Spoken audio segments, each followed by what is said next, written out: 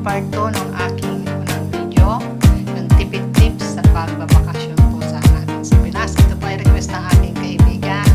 Pag-video po ako ng lahat ng detalye. Okay po, dun po pala sa una ay kulang pa yung video ko.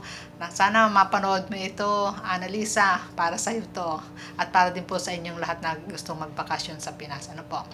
Yung nabanggit ko po sa inyo nung una, yung po mga requirements na kailangan nyo pag uuwi po kayo sa airport, di po ba?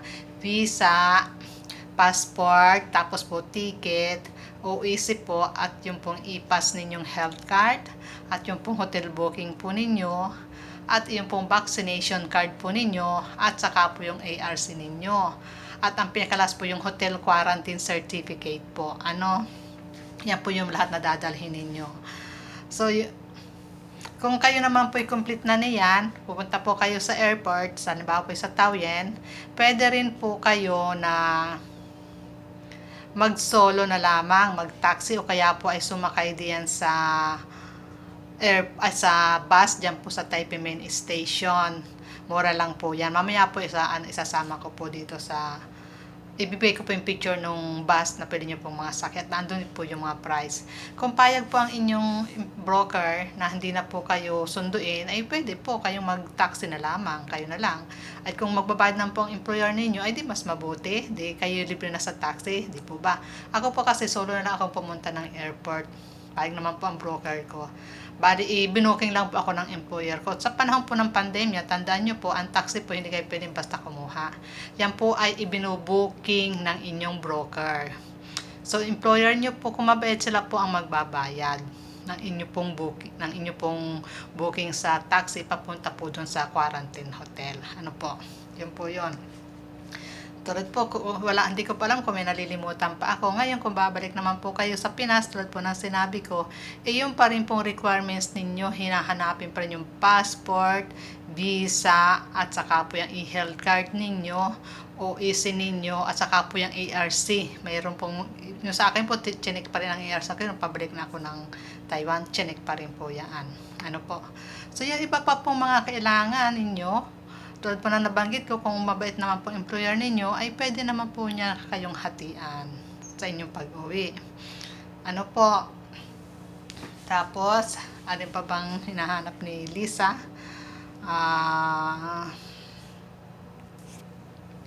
At saka yung nga pala po pag nasa Pilipinas ka na, nang bumalik po ako rito, wala na po kaming PCR test. So, hindi na po kami hinanapan noon. Diretso na rin po kami noon sa airport, papunta po dito, basta isubmit nyo lang po lahat na hinihingi. At tinatanong niya din po sa akin kung may quarantine pa sa Pilipinas. Wala na po kami quarantine nung umuwi. Diretso ka na po sa Pinas. Ang mayroon lang pong quarantine itong pag-uwi namin dito sa Taiwan. Tulad pa ng sinabi ko sa inyo, pagdating nyo po sa airport niya, may sasalubong po sa inyo yung CLA. Ano po? I-briefing po muna kayo bago po kanyan lumabas, at paglabas nyo naman po diyan ay ando na po yun inyong taxi na sasakyan. Nakabook na po yan. So, sunduin din po kayo ng inyong broker. Siya pong mag-a-assist sa inyo para sumakay kayo doon sa taxi. Kaya yung po ay may bayad po. May bayad po yun. Ayan po ay alam na, depende po sa inyo kung broker nyo, employer nyo magbabayad o kayo. May insurance din po yan, pero ako po lahat ay binayaran ng employer ko. So, pati taxi ko po, bayad po yan. Bago po kayo umuwi sa Pilipinas, nakabook na po lahat yan. So, balik nyo po ng Taiwan. So, ready na po lahat yan. Pupunta na lang po kayo diretso sa inyong quarantine hotel. Ano po, pagdating rin po sa Taiwan, may check din naman po chine-check din naman po kayo para ma-sure kung kayo ay wala talagang sakit bago kayo dumiretso sa quarantine hotel. Yun po ang namin.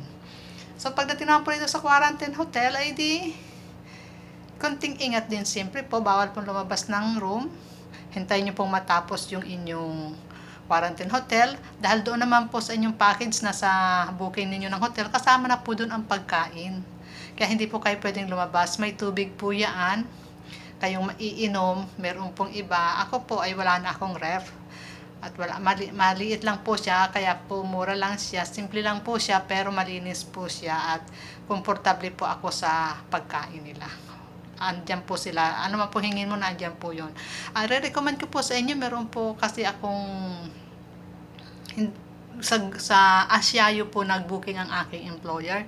I-search nyo lang po yan sa Google. Alam po yan ng mga employer. Ano po sila, nagbibigay po ng promo.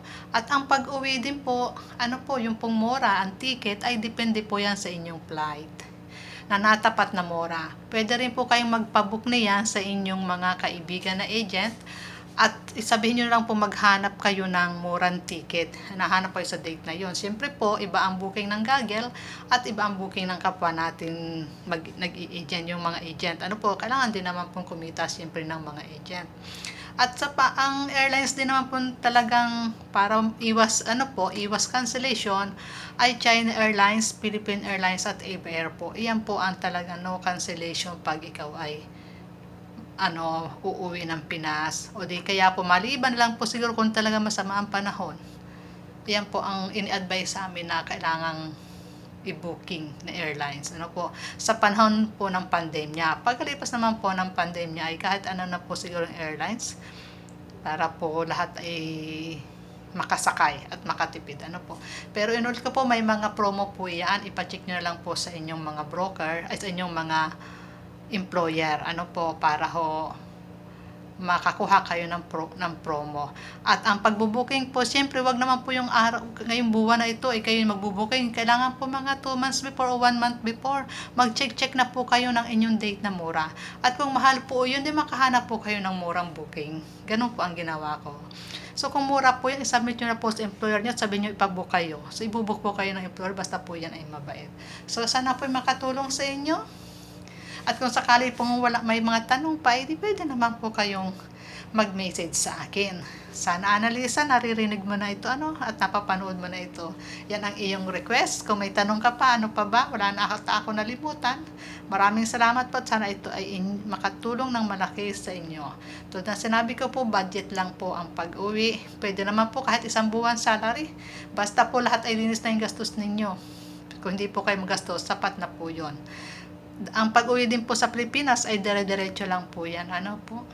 Wala po tayong masyadong mga duty free gawa ng pandemya nga po. Yun po ang na-experience ko sa aking pag-uwi. At kahit din po dito sa Taiwan, wala rin pong mga duty free, dire-diretso din po ang pagbalik ninyo. Ganun lang po, kasimple. Hanggang sa sunduin na po kayo ng inyong mga taxi. Yun po. May mag-a-assist naman po sa inyo sa loob. Yan lang po maibibigay kong detalye. Maraming salamat. Sana po yung nakatulong sa inyo. Bye-bye po.